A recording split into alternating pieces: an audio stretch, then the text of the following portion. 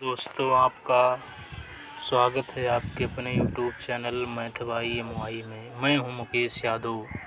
आज समाकलन लेकर आया हुआ हूं जो कि कक्षा 12 का है। यह इंटीग्रल कैलकुलस का पोर्शन है।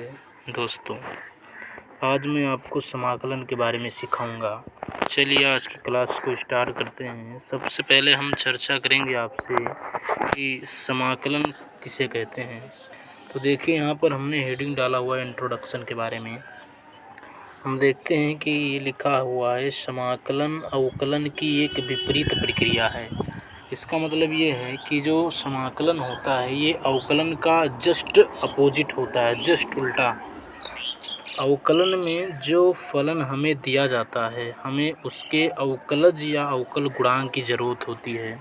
दोस्तों, जब हमको कोई फंक्शन दिया जाता है और कहा जाता है कि आप इसका अवकलन कीजिए, तो अवकलन करने के बाद उस फंक्शन का जो हमको रिजल्ट मिलता है उसे हम उस फंक्शन का अवकलज या अवकल गुणांक बोलते हैं।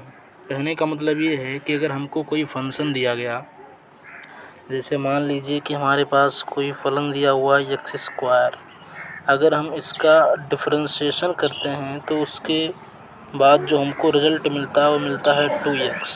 तो इस 2x को हम बोलते हैं कि ये x² का अवकलज है, या आप बोल सकते हैं कि ये अवकल गुणांक है। दोस्तों, तो यही बताना था आप लोगों को कि ये जो अवकलन है ये समाकलन का एक विपरीत प्रक्रिया होता है।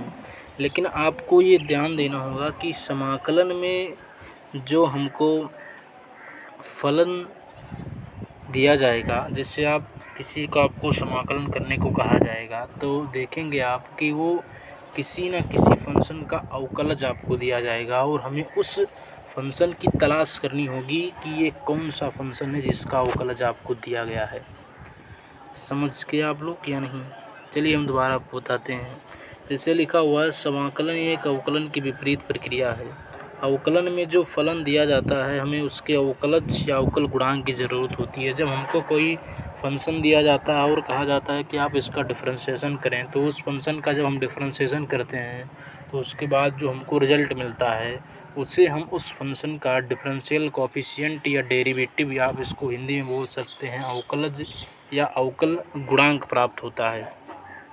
जबकि जब हम समाकलन करने को कहा जाता है तो आप देखेंगे कि समाकलन में हमें कुछ फलन का अवकलज दिया होता है और हमें वह फलन ज्ञात करना होता है कि जिस फलन का अवकलज दिया गया है। चलिए आगे बढ़ते हैं। देखिए, कहने का मतलब ये है कि ये जो समाकलन है ये अवकलन का एक विपरीत प्रक्रिया होता है, उल्टा प्रोसेस होता है। जैसे मैंने आपको एक यहाँ पर एग्जांपल दिया हुआ है। देखिए, हमने यहाँ पर दिया हुआ है कि जैसे मान लीजिए कि हम fx का x के रेस्पेक्ट में अगर हम डिफरेंशिएशन करते हैं तो हमको fx मिलता है। इस fx को हम बोलते हैं कि ये इस fx का जो है ये डिफरेंशियल कोएफिशिएंट है, या आप बोल सकते हैं कि ये डेरिवेटिव है। ये वाला fx इसका अवकलज है। तब अगर हम fx को इंटीग्रेट करेंगे x के रेस्पेक्ट में तो हमको ये fx मिल जाएगा। कहने का मतलब ये है कि इसको डिफरेंशिएट करेंगे तो ये मिल जाएगा, अगर इसको इंटीग्रेट करेंगे तो ये मिल जाएगा ये चीज़। जैसे देखिए, जैसे हम sin x का अगर x के रेस्पेक्ट में डिफरेंशिएशन करते हैं cos x होता है। अगर हम sin x का x के रेस्पेक्ट में डिफरेंशिएशन करें तो cos x मिलेगा, तो इस cos x को बोलेंगे कि ये sin x का डेरिवेटिव है। और यदि हम cos x को इंटीग्रेट करेंगे विद रिस्पेक्ट टू x तो हमको sin x मिल जाएगा। अब यहाँ पर एक प्रॉब्लम ये होती है कि यहाँ पर आप देखते होंगे कि इसमें c भी जुड़ा हुआ है। तो देखिए, इस c को हम बोलते हैं एक समाकलन स्थिरांक बोलते हैं, क्योंकि आप जानते हैं कि अगर हम sin x का अगर हम डिफरेंशिएशन करें और इस कांस्टेंट का भी डिफरेंशिएशन करें तो देखिए sin x का डिफरेंशिएशन करेंगे तो cos x मिलेगा, और कांस्टेंट का अगर हम डिफरेंशिएशन करेंगे तो हमको 0 प्राप्त होगा। तो देखिए फिर हमको वही मिल जाएगा cos x। तो यहाँ से आप कह सकते हैं कि जो है sin x प्लस c का भी डिफ्रेंशिएशन cos x होगा, और cos x sin x का भी डिफ्रेंशिएशन cos x होगा। तो कौन से उत्तर को हम सही मानेंगे? तो इसीलिए यहाँ पर एक कांस्टेंट टर्म इंक्लूड कर दिया जाता है कि sin x प्लस c का भी आप इंटीग्रेशन करेंगे, sin x प्लस c का अगर आप डिफ्रेंशिएशन करेंगे तो भी cos x मिलेगा, और sin x का डिफ्रेंशिएशन करेंगे तो भी आपको cos x मिलेगा। तो इस c को हम बोलते हैं कि हमारा ये समाकलन स्थिरांक है। चलिए आगे देखते हैं। कुछ हम आपको नोटेशन बताते हैं जो आपको ध्यान में रखने होंगे। जैसे देखिए यहाँ पर हमने हेडिंग डाला हुआ है साइन एंड नोटेशन, चिन्ह और संकेत। इसको हम बोलते हैं इंटीग्रल साइन, या आप इसको बोल सकते हैं इंटीग्रेशन सिंबल। देखिए दोस्तों, पहले ये यस के आकार का था, तो एक मैथमेटिशियन ने, यस का मतलब सम होता है, यस जो है सम को इंडिकेट करता है, सम के बारे में बताता है कि यस का मतलब सम होता है। पहले सम को यस से लिखा जाता था, लेकिन बाद में एक मैथमेटिशियन ने इस यस को बिगाड़ के कुछ इस रूप को दे दिया, कुछ इसी ये पहले एस था, फिर एस को बिगाड़ कर उसने इस तरीके से बना दिया, तो उसको बोलने लगे कि ये इंटीग्रल साइन है। आप इसको बोल सकते हैं इंटीग्रेशन सिंबल है। इस dx को हम बोलते हैं differential of the variable x, या आप इसको बोल सकते हैं इंटीग्रेटिंग एजेंट भी बोल सकते हैं। और इस fx ds को बोलेंगे हम integral of f with respect to x। इसको ये पढ़ा जाएगा। इसको हम लोग पढ़ते हैं इस पूरे को कि f का x के सापेक्ष समाकलन, ऐसा पढ़ते हैं। और इसको जिस फंक्शन का हमको समाकलन करना होता है उसको हम बोलते हैं इंटीग्रेंड। इस fx को हम इंटीग्रेंड बोलते हैं। और ये जो हमारा c होता है, कोई भी रियल नंबर होगा जो कि any real number c consider as constant of integration, कोई भी रियल नंबर हो वो जो है कांस्टेंट ऑफ इंटीग्रेशन, या आप इसको कांस्टेंट फंक्शन, या आप इसको आर्बिट्रेरी फंक्शन बोल सकते हैं। इस c को बोला जाता है कांस्टेंट ऑफ इंटीग्रेशन, या आप बोल सकते हैं कांस्टेंट फंक्शन, या इसी को कई बार बोला जाता है आर्बिट्रेरी फंक्शन। चलिए दोस्तों, हम आगे बढ़ते हैं और आगे देखिए, कुछ मैंने आपके लिए कुछ फार्मूला लेकर आया हुआ है, इसको आपको ध्यान में रखना होगा। जैसे पहला फार्मूला है, इस फार्मूले को हम बोलते हैं पावर फार्मूला। जैसे अगर x के पावर n dx का अगर आप समाकलन करेंगे तो x के पावर n प्लस 1/n+1 हो जाएगा, और प्लस c को जानते हैं, c is the arbitrary function. लेकिन आपको ये बात ध्यान रखनी होगी कि n का जो मान होगा वो -1 नहीं होना चाहिए, क्योंकि अगर n का मान अगर यहाँ पर -1 हो जाएगा तो देखिए -1 और +1 ये मिलकर 0 हो जाएगा, तो इसका जो हर है वो 0 हो जाएगा, तो ये अनडिफाइंड हो जाएगा। इसीलिए यहाँ पर एक कंडीशन रखी हुई है कि n को -1 नहीं लिया जा सकता है। देखिए दूसरा फार्मूला है हमारा। जैसे अगर मैंने आपसे कह दिया कि x के पावर 3 का जो है आप इंटीग्रेशन कीजिए x के रेस्पेक्ट में, तो आप क्या करेंगे कि इस पर देखिए हमने कहा x के पावर n का इंटीग्रेशन कीजिए x के रेस्पेक्ट में, तो n में एक पावर यहाँ पर आप देखिए जुड़ गया है और वही से आपको डिवाइड कर दिया गया है। तो इसीलिए हम भी जो है 3 में 1 जोड़ देंगे और इसी 3 + 1 से इसको डिवाइड कर देंगे, तो यह आ जाएगा x के पावर 4/4, ऐसा कुछ हो जाएगा। अभी मैं आपको आगे समझाऊंगा, भी बहुत सारे प्रॉब्लम इस पर करवाऊंगा कि कैसे हो जाता है। जैसे अब दूसरा फार्मूला है 1/x dx, इसका इंटीग्रेशन करेंगे तो हो जाएगा log x + c। तीसरा फार्मूला हमारे पास e के पावर x dx का हो जाएगा e के power x + c। sin x dx का इंटीग्रेशन होगा -cos x + c।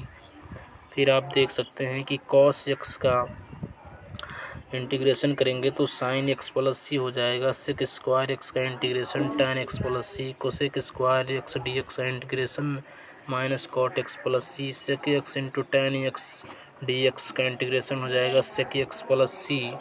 फिर आप देख सकते हैं कि cosec X into cot X का integration minus cosec X plus C. फिर हमारे कुछ इन्वर्स ट्रिग्नोमेट्रिक फंक्शन हैं, जैसे अगर 1/√1 minus X square D X का अगर हम इंटीग्रेशन करेंगे तो हमको मिलेगा sine square X sine inverse X plus C. फिर दूसरा है 1 minus √1 minus X square D X का अगर हम इंटीग्रेशन करेंगे तो हमको मिलेगा minus cos inverse X plus C. फिर जो है देख सकते हैं कि हमारा एक फार्मूला है 1/1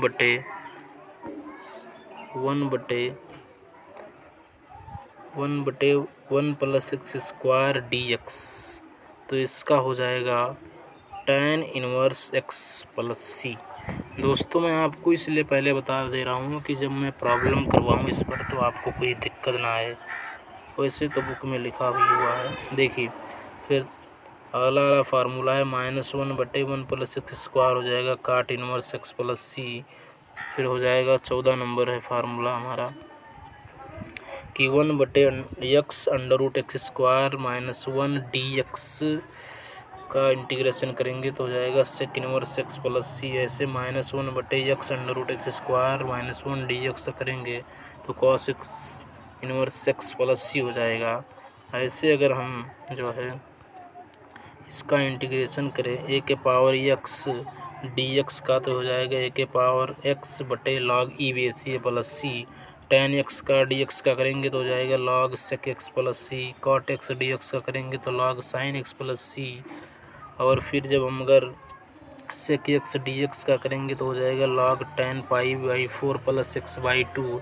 ये भी होता है साथियों और ये भी होता है log sec x plus tan x, ये भी होता है। फिर जो है आप देख सकते हैं कि यहाँ से आप ये देख सकते हैं कि ये जो हमारा अगर आप 1 का अगर आप इंटीग्रेशन करेंगे विथ रेस्पेक्ट टू एक्स तो हो जाएगा एक्स प्लस सी। अगर आप 0 का इंटीग्रेशन करेंगे विथ रेस्पेक्ट टू एक्स तो हमको मिलेगा 0। ठीक,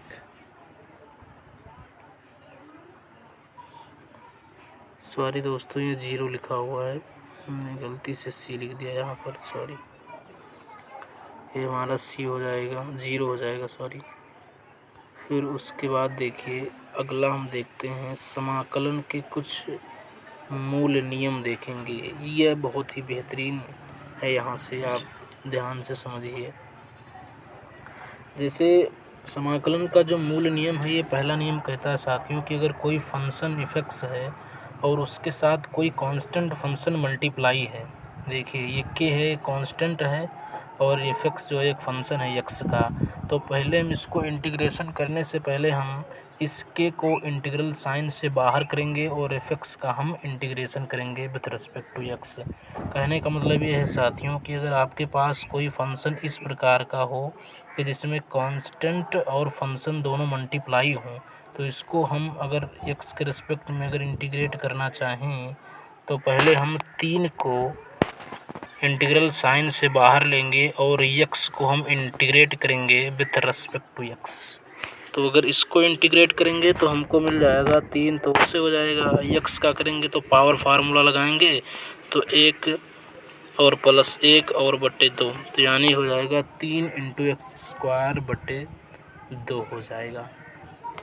परेशान ना हो कि इस पर मैं आपको बहुत सारे प्रॉब्लम करवाऊंगा, इससे आप भयभीत ना हो दोस्तों। बहुत सारे प्रॉब्लम आपको देखने को मिलेंगे, बस मैं आपको ऐसे समझा रहा हूँ कि आप जानें इस बात को। अगला रूल नंबर दूसरा है, ये रूल नंबर दूसरा ये कह रहा है कि अगर जैसे आपके पास यूं डब्ल्यू एक्स डॉट डॉट अगर कोई फंक्शन है, अगर वो योग के रूप में हो या घटाना के रूप में हो, अगर उसको आप एक साथ इंटीग्रेशन करना चाहते हैं तो आप चाहे उसको एक साथ इंटीग्रेशन करें, चाहे आप उसको अलग अलग करके इंटीग्रेशन कर सकते हैं, दोनों बातें एक ही होंगी। ठीक, जैसे दोस्तों, जैसे कहने का मतलब ये है, यहाँ पर यू वी डब्ल्यू जो है सभी यक्स के फलन है। जैसे मैं आपको ये समझा रहा हूँ, जैसे देखिए, अगर आपसे कहा जाए कि x square plus x plus 1 इसका एक साथ इंटीग्रेशन करिए, तो चाहे आप इसका एक साथ इंटीग्रेशन करवा दीजिए, चाहे आप इसको अलग करके यूं लिखकर आप इसको इंटीग्रेट कर सकते हैं। यही रूल नंबर 2 कह रहा है, यही कहने का इसका मतलब है। चाहे आप फंक्शन को एक साथ इंटीग्रेट करवा दीजिए, या आप चाहे इसको अलग अलग करके इंटीग्रेट कर सकते हैं, दोनों बातें सेम होंगी। चलिए एक इम्पॉर्टेंट पॉइंट और आपको हम बताते हैं। साथियों, आपको याद होगा कि जब हमें किसी फलन का अवकलन करने को कहा जाता था, जैसे कहा जाएगा कि एक्स क्यूब का आप डिफरेंशिएशन कीजिए, तो आप इसको डिफरेंशिएशन करने से पहले आप इसको y के इक्वल मान के चलते थे। इस फंक्शन को हम y के बराबर मान के चलेंगे और इसका डिफरेंशिएशन करेंगे x के रिस्पेक्ट में, तो ये हो जाएगा dy बाई dx, और इसका करेंगे तो ये पावर आगे आ जाएगा और एक पावर कम हो जाएगा 3x स्क्वायर। ऐसा कुछ करते थे। मतलब अगर कोई फलन आपको दिया जाता था तो उसको हम y के बराबर मान कर ही उसको डिफरेंशिएट करते थे। ऐसे ही दोस्तों, यहाँ पर जब हम इंटीग्रेशन करेंगे किसी फंक्शन का, तो यहाँ पर हमने लिखा भी हुआ है, जिस प्रकार अवकलन से पहले हम फलन को y के बराबर मानकर अवकलन करते हैं, ठीक उसी प्रकार से जिस फलन का समाकलन करना होता है उसे हम समाकलन से पहले i के बराबर मानकर समाकलन करेंगे। जैसे अगर आपसे कह दिया जाएगा कि एक्स स्क्वायर का dx के रिस्पेक्ट में इंटीग्रेशन कीजिए, तो पहले हम इसको i के बराबर मानकर इसको इंटीग्रेट करेंगे। इस बात को आप ध्यान दीजिएगा। जैसे अवकलन में हम क्या करते थे उसी प्रकार हम यहाँ समाकलन में भी करेंगे। ठीक है दोस्तों, अगला चलते हैं आगे। देखिए आगे बहुत ही इम्पोर्टेंट टॉपिक है। देखिए दोस्तों, आप इंटीग्रल बोल दीजिए या आप इसको बोल सकते हैं एंटी डेरिवेटिव। एंटी डेरिवेटिव का मतलब प्रति अवकलज। जैसे अगर मैं आपसे कह दूं कि एक्स स्क्वायर का एक्स के रिस्पेक्ट में समाकलन कीजिए, वो भी बातें सही हैं। अगर आपसे कह दिया जाएगा कि एक्स स्क्वायर dx का प्रति अवकलज ज्ञात कीजिए, तो इसका मतलब आपसे पूछा जा रहा है कि उसका समाकलन आपको ज्ञात करना है। इस बात को ध्यान दीजिएगा। तो कहने का मतलब ये है कि समाकलन, इंटीग्रल का मतलब समाकल होता है, तो इसको आप प्रति अवकलज भी बोल सकते हैं। ठीक, देखिए जो इंटीग्रल होता है वो हमारा 2 प्रकार का होता है। 2 प्रकार का, एक पहला हमारा होता है डिफिनिट इंटीग्रल, एक हमारा होता है इनडिफिनिट इंटीग्रल। डिफिनिट इंटीग्रल को हिंदी में बोलते हैं निश्चित समाकलन, इसको बोला जाता है अनिश्चित समाकलन। आइए दोस्तों, हम समझते हैं कि जो है निश्चित समाकलन क्या होता है और अनिश्चित समाकलन क्या होता है। ठीक, पहले नंबर हम बात करेंगे कि अनिश्चित समाकलन क्या होता है। अनिश्चित का मतलब जिसमें निश्चित ना हो, आप समझते होंगे। देखिए हमने लिखा हुआ है वह समाकलन जो उच्च सीमा एंड निम्न सीमा नहीं रखता है निश्चित समाकलन कहलाता है। ऐसा समाकलन जिसके पास लोअर लिमिट और अपर लिमिट ना हो उसे हम बोलेंगे निश्चित समाकलन कह लेंगे। जैसे अगर मान लीजिए, अगर मैं कह दूं कि fx का अगर हम डिफरेंशिएशन करें तो fx मिल गया, यानी कि आप कह सकते हैं कि जो है fx का प्रति अवकलज है, तब fx का प्रति अवकलन एक अनिश्चित समाकलन कहा जाता है। और इसे हम कुछ यूं ही डिनोट करते हैं। देखिए इसको हम डिनोट करेंगे fx dx इक्वल टू, अगर इस fx को हम इंटीग्रेट करेंगे तो हमको fx मिल जाएगा। इस fx को हम बोलते हैं कि ये जो है इसका प्रति अवकलज है। ठीक, एंटी डेरिवेटिव है, तो इसको हम बोलते हैं डिफिनिट इंटीग्रल। डिफिनिट इंटीग्रल में आप दोस्तों इसको बोलते हैं इनडिफिनिट इंटीग्रल। देखिए इंडेफिनिट इंटीग्रल में आप देखेंगे कि ये जो कांस्टेंट टर्म होगा वो जुड़ा रहेगा, ठीक। और जो हमारा डेफिनिट इंटीग्रल होगा वो उसमें c नहीं जुड़ा होगा। अभी मैं आपको समझाऊंगा आगे कि ऐसा क्यों होता है। देखिए दोस्तों, जैसे यहाँ पर आप देख सकते हैं, आगे देखिए फिर हमारा दूसरा आता है, अगर हमारे समाकलन में अगर इसको बोलते हैं लोअर लिमिट, इसको बोलते हैं अपर लिमिट, ए को लोअर लिमिट और बी को अपर लिमिट।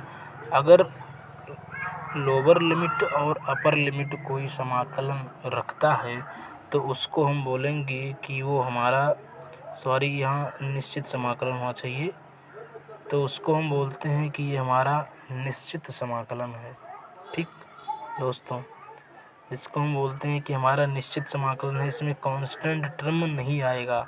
तो दोस्तों यहाँ पर हम केवल इनडिफिनिट इंटीग्रल, अनिश्चित समाकलन के बारे में चर्चा करेंगे। आगे चलकर आपके पाठ में ही निश्चित समाकलन आपको पढ़ने को मिलेगा, तो मैं केवल यहाँ पर अनिश्चित समाकलन के बारे में आपसे डिस्कशन करूँगा, ठीक।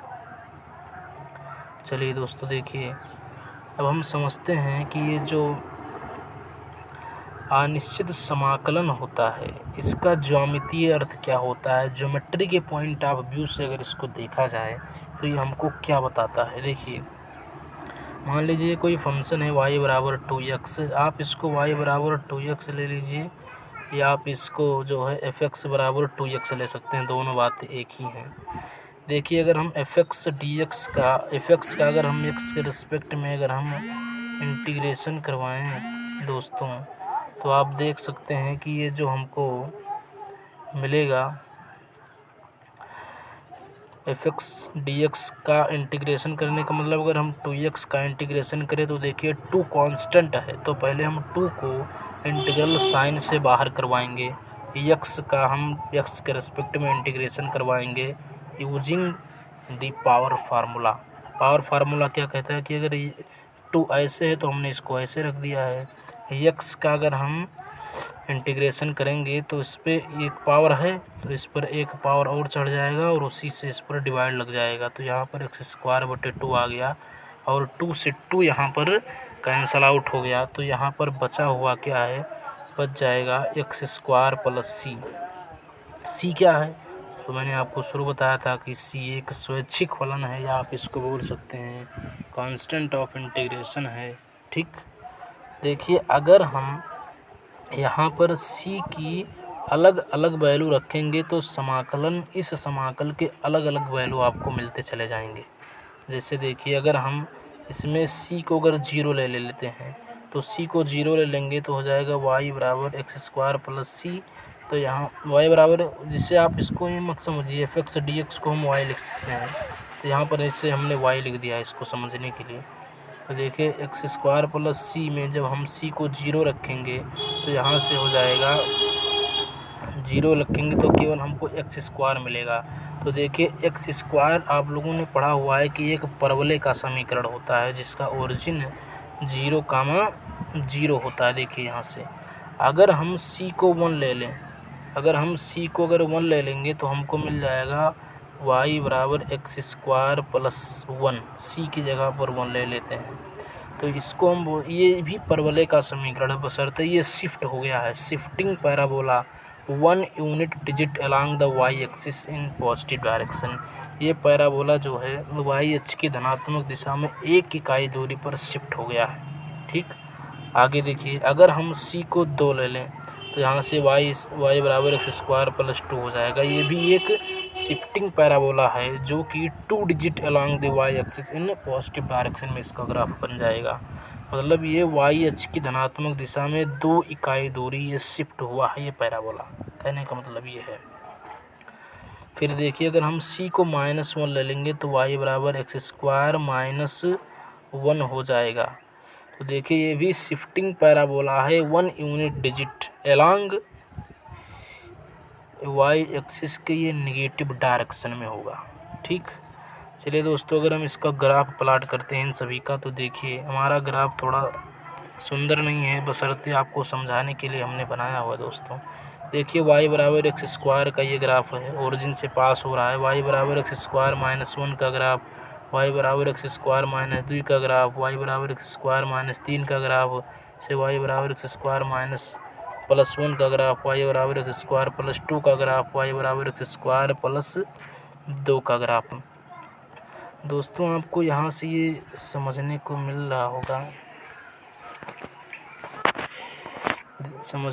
रहा होगा कि ये जो आप देख रहे हैं कि अगर हम y बराबर एक्स स्क्वायर प्लस सी में c के वैल्यू बदलते जाएंगे तो ये जो है पैराबोला के जो है फैमिली के ये मेंबर मिलते चले जाएंगे हमारे। ठीक, तो इसका मतलब ये हुआ कि हम ये इस बात को कह सकते हैं कि यही जो है ये जो ग्राफ अपने को मिला हुआ है यही 2x dx बराबर एक्स स्क्वायर प्लस सी का ये ज्यामितीय अर्थ है। ठीक, तो इससे हमको क्या पता चला, ऐसा भी बना सकते हैं, इससे हमसे इस बात को पता चलता है कि ये जो अनिश्चित समाकलन होता है ये वक्रों का परिवार देता है हमको, और जो निश्चित समाकलन होता है ये वक्र के द्वारा घेरा गया क्षेत्र देता है। दोस्तों कहने का मतलब ये है कि अनिश्चित समाकलन वक्रों के परिवार को प्रदर्शित करता है, जबकि निश्चित समाकलन वक्र के द्वारा घेरा गया क्षेत्र प्रदर्शित करता है।